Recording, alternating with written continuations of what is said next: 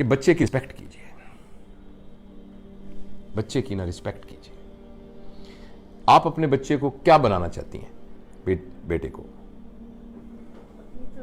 कुछ ज़हन में चले, ख्याल होगा आप क्या बनाना चाहती हैं? जो आप अपने बेटे, फर्ज करें आप चाहती हैं कि आपका बेटा जो है वो जज बने हाई कोर्ट का और उसकी उम्र है 3 साल,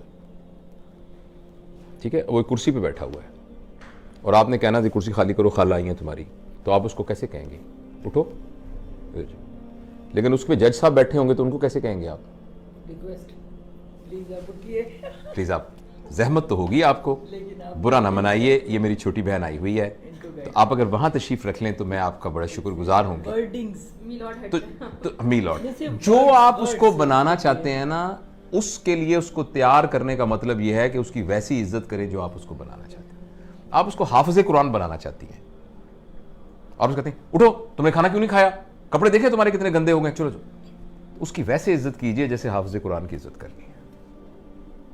आपने जो उसको बनाना है उसकी वैसे इज्जत करनी शुरू कर दीजिए। और प्लीज आप याद रखिए, किसी फेलियर की वजह से अपने बच्चे की इंसल्ट ना कीजिए। बच्चे के लिए सबसे बुरी बात है इंसल्ट। जब पेरेंट्स को गुस्सा आता है ना, अपना इलाज कराइए गुस्से वाली वर्कशॉप्स अटेंड कीजिए, इसलिए कि वो एक इंडिविजुअल है। आप जरा मेरी इंसल्ट करके दिखाइए मुझे इस वक्त, आप नहीं कर सकेंगी। मैं जुर्रत नहीं कर सकता आपकी इंसल्ट करूं। मैं जरा सा आपसे बदतमीजी बोलूं, आप उठ के खड़ी हैं, क्या मतलब भाई? आप उठ के मोबाइल फेंक के आप उठ के चलने जाना शुरू कर देंगे। आपके बच्चे के अंदर भी वही जज्बात हैं, मगर इत्तफाक से वो आपसे कमजोर है। जब आपने बच्चे को थप्पड़ मारा है ना किसी बात पर, वो बच्चा आपको थप्पड़ मार नहीं सकता, मगर आप यकीन कीजिए वो थप्पड़ आपने बैंक में जमा करा दिया है। लेकिन सर हमने तो ये सुना है ना कि अगर जैसे उस्ताद डांटता है या जो पेरेंट्स होते हैं वो डांट रहे हैं, या तो वो आपकी बेहतरी के लिए आपके सामने आपको डांट रहे हैं, आपके पीठ पीछे आपको बुरा, लेकिन इससे बेहतरी नहीं हो रही। इसको साइंटिफिक स्टडीज ने बताया है कि इससे बेहतरी नहीं हो रही है। अगर ऐसी होती तो डांटने से बेहतरियां हो जाती। तो जब हमारे पेरेंट्स ने हमें डांटा तो हम तो सही हो गए। एक्सक्यूज आपको लग रहा है? मैं अब एक बात आपको 2 मिनट मैं इस बात को खत्म कर लूं ताकि हम इसको समेट लें, फिर बीच में से जो ज़िमनी बातें निकलेंगी हम डिस्कस करेंगे। देखिए, जब आपने बच्चे को थप्पड़ मारा है ना, या कहा है तुम नालायक इंसान हो, और अगर तो वो 7 साल से कम उम्र का है ना, फिर तो इससे बेहतर था कि आप उस बच्चे को कत्ल कर देते। ये ज्यादा, मतलब मैं एग्जरेट करके बयान कर रहा हूं, सिर्फ एक इमोशन उसमें अटैच करने के लिए। मगर 7 साल से कम वाले के अंदर आपने रिकॉर्डिंग मशीन में डाल दिया ना, तुम नालायक इंसान हो, तुम जिंदगी में कुछ नहीं कर सकते, भटकोगे तुम गलियों के अंदर। आप यकीन करें, वो 7 साल के बाद सारी जिंदगी आपकी इस बात की लाज रखते हुए साबित करेगा कि मैं भटकूंगा। वो साबित करेगा कि मैं भटकूंगा। और अगर आपने उसको थप्पड़ मार दिया, वो थप्पड़ बैंक में जमा हो गया, जैसे मैंने अर्ज किया था, और उसमें फिर बैंक जैसे हर साल सूद देती है, वो सूद के साथ इकट्ठा हो रहा है। अभी वो आपको थप्पड़ मार नहीं सकता, एक वक्त में आएगा वो आपको थप्पड़ मारने के काबिल हो जाएगा और वो आपको थप्पड़ मारेगा। वो थप्पड़ जरूरी नहीं कि फिजिकल मारे, वो अचानक कहेगा मामा मुझे दुबई में नौकरी मिल गई है। आप कहेंगे मेरा तो एक ही बेटा है, लेकिन मामा आखिर रोजगार के लिए मुझे जाना ही होता है। आप कहेंगे जिसके साथ शादी की है ना मैंने, अजीब मैं बहू बेहाल आई हूं, हालांकि मेरे भाई की बेटी है, पता नहीं इसने क्या मेरे बेटे के कान में फूंक मारी है, वो उसको लेके दुबई चली। मुझे जोड़ों का दर्द है, इसके अब्बा को हार्ट अटैक हुआ है, इसको ख्याल ही नहीं आया। वो थप्पड़ था जो कि सूद के साथ इकट्ठा हुआ है,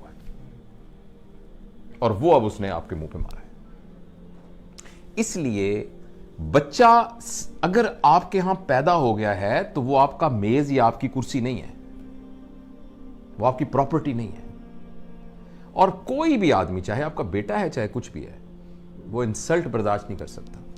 इंसल्ट को रिएक्ट करना उसको नहीं आ रहा इस वक्त, इसलिए चुप करके डर के बैठ गया है। फर्ज करें वो थप्पड़ नहीं मारेगा तो उस थप्पड़ ने उसको सारी जिंदगी के लिए डरपोक भी बना। हो सकता है उसका ये रिएक्शन निकले कि वो सारी जिंदगी के लिए थप्पड़ खाना, वो थप्पड़ खाता रहेगा। वो बंदा होगा जिसको उसका बॉस भी थप्पड़ मारेगा, जिसको देखे ना, मां वो है कि जब कोई गलती करके आएगा तो उसने मां के दामन में अपने आप को छुपाना है, उसी मां ने उसको थप्पड़ मारा है। तो मां का फिजिकल होना तो इतना बड़ा क्राइम है कि जो हम सोच भी नहीं सकते। और इसको मैं अपनी तरफ से नहीं कह रहा, इसको पूरी साइकोलॉजी ने, पूरी चाइल्ड साइकोलॉजी ने साबित किया है। अगर आपने बच्चे की बेइज्जती कर दी ना, किसी बात के ऊपर बेइज्जती कर दी, ये बेइज्जती अगर वो आपके खिलाफ नहीं इस्तेमाल करेगा तो वो पूरी दुनिया को इजाजत दे देगा अपने खिलाफ करने की। तो दूसरा ये है कि उसकी बेइज्जती ना करें किसी बात। और खासतौर पे आप बेइज्जती किस बात पे कर रहे हैं मुझे बताएं। तुम्हारे नंबर नहीं आए सही, क्या जिंदगी नंबर गुजारने का नाम है? नंबरों के ऊपर जिंदगी होनी चाहिए। मेरे पास मेडिकल कॉलेज में स्टूडेंट्स आते हैं 1200। मैं पब्लिक मेडिकल कॉलेज का हूं जिसमें मुफ्त, तकरीबन मुफ्त पढ़ाई होती है। तो 80,000 बंदों में से चुन के आते हैं बंदे 3,500, जिसमें से 300 मेरे पास आते हैं। आपके ख्याल में वो क्या बच्चे होते होंगे जो 1200 नंबर लेके आते हैं? और वो पहला इम्तिहान जब होता है ना, हाय अल्लाह हमारा इम्तिहान हो रहा है, हमारी स्टेज हो रही है, कहीं मैं फेल ना हो जाऊं। क्या ये वो बच्चा था 1200 नंबर लेने वाला? नंबरों ने क्या कर दिया उसको? आप सिर्फ इसलिए अपने बच्चे को इज्जत करेंगी या करेंगे कि उसके नंबर आते हैं। और जिंदगी गुजार में नंबर होने की क्या अहमियत है? इतनी सी अहमियत है। तो बेसिकली नंबर लेके हम अपनी ईगो को सेटिस्फाई कर रहे हैं और बच्चे को तबाह कर रहे हैं। वो नंबर ले बड़ी अच्छी बात है, मैं ये नहीं कह रहा कि नहीं नंबर लेने चाहिए, मगर ये नहीं है कि उसकी बेइज्जती करें आप। पूरे पंजाब में 3,500 लोगों को दाखिला मिलेगा, 80,000 अप्लाई करते हैं, 2 लाख ख्वाब देखते हैं इसके। तो उन 3500 के अलावा बाकी सारों की माँ बापों को यह इख्तियार तो नहीं है कि उनकी बेइज्जतियां करनी शुरू कर दें। तो पहला प्रिंसिपल मैंने आपको यह बताया कि 7 साल के लिए आप अपने ऊपर एक पाबंदी लगा दें, ठीक है। दूसरा मैंने आपसे अर्ज किया है कि आप रिस्पेक्ट करें उसकी। जब आप लोगों को डिसरिस्पेक्ट करते हैं ना, तो पता क्या होता है, या तो वो रिटेलिएट करते हैं अगर पावरफुल हो, अगर वो पावरलेस होते हैं तो उनकी सेल्फ एस्टीम और सेल्फ एफिकेसी कम हो जाती है। उनको लगता है मैं गंदा हूं, मुझे लगता है मैं बुरा हूं, मेरे लिए मेरी मां से बड़ी सनद कोई नहीं है जिसको मैं देखकर, आंखों में देखकर फैसला करता था क्या सही है क्या गलत है। उसी मां ने मुझे थप्पड़ मारा है, यानी मेरे ऊपर सबसे बड़ा फतवा लग गया है कि मैं गंदा आदमी, मैं इस काबिल हूं कि मुझे मारा जाए। क्यों भाई? जो मेरे लिए दुनिया की सबसे बड़ी मुकद्दस हस्ती थी, उसने ये फतवा दिया है कि तुम थप्पड़ मारने के काबिल हो। इसका ये मतलब है। तो अब अच्छा, ये तो कहा ना आपने बच्चे, आपने बीच में आपके सवाल का जवाब दे दो कि जो अब तो ये वक्त गुजर गया, आप क्या करें? अब ये करें कि बच्चे को बुलाएं और बुला के कहें, बेटा अब तक की जिंदगी में तुम्हारी तरबियत के सिलसिले में अगर मुझसे कोई गलती हो गई है तो मुझे माफ कर दो।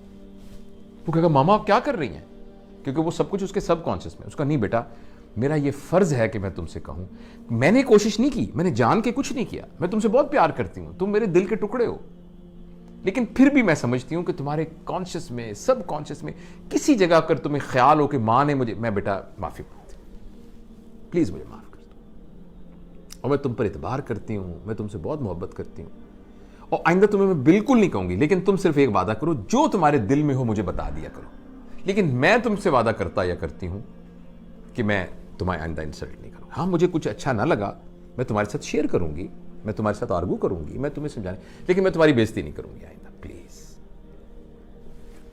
तो ये इसका हल है जो बड़े हो गए उनके साथ।